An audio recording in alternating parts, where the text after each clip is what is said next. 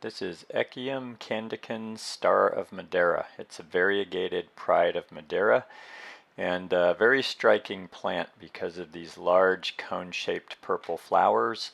And then this has the added interest of the white variegation on the leaf margins.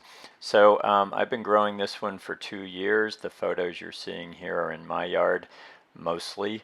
And here I'm just going to show you Pride of Madeira, not variegated. There's what a mature one of those looks like. So in full bloom, and so as a contrast to the one we're dealing with, which is variegated. Here you go.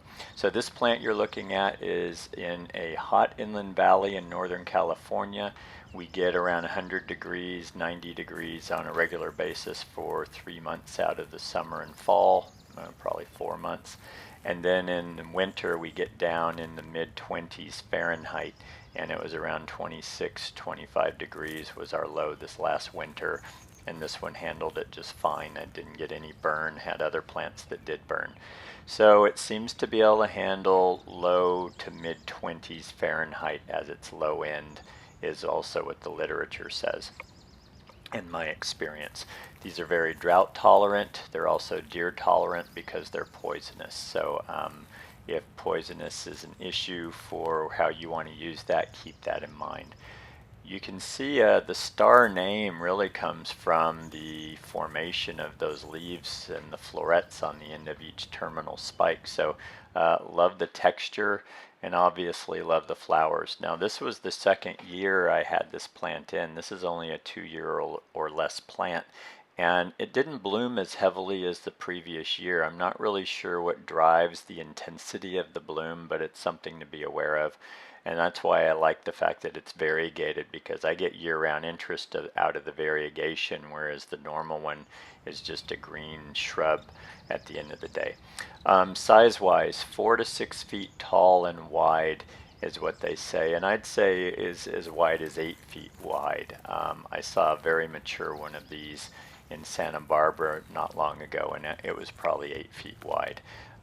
Very fast growing, as I said. This is probably 5 feet wide, 4 feet tall, and it's only 2 years old from a 5-gallon container. So these will really take off once they settle in. That said, they're not very long lived. They're probably, you should expect 4 to 6 years out of them generally, and replace them. They can go to seed in their natural habitat. They seed, and in Southern California they've been known to do that.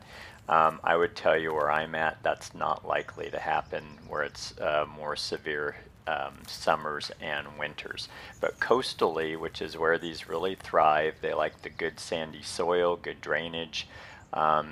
These could be a potential reseeding thing. So, you know, look, when you deadhead a plant so it looks better anyway, you take away that concern. So I would tell you, in a landscape, I would be deadheading these. I've seen people leave these cones on for a long time and they look nasty. So my opinion is deadhead the plant soon as the flowers look bad, and you take away that potential and you have a better looking plant.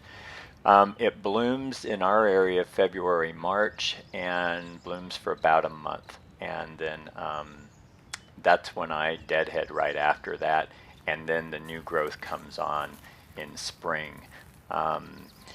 And then very low water. I mean, you can cut these off. I see these growing in areas where they don't get irrigation, so that is an option once they're established.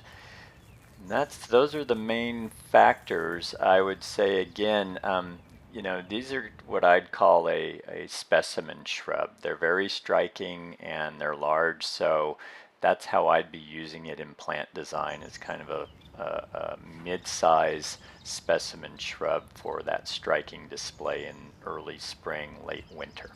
And that is Echium candicans, Star of Madeira, Variegated Pride of Madeira. Enjoy.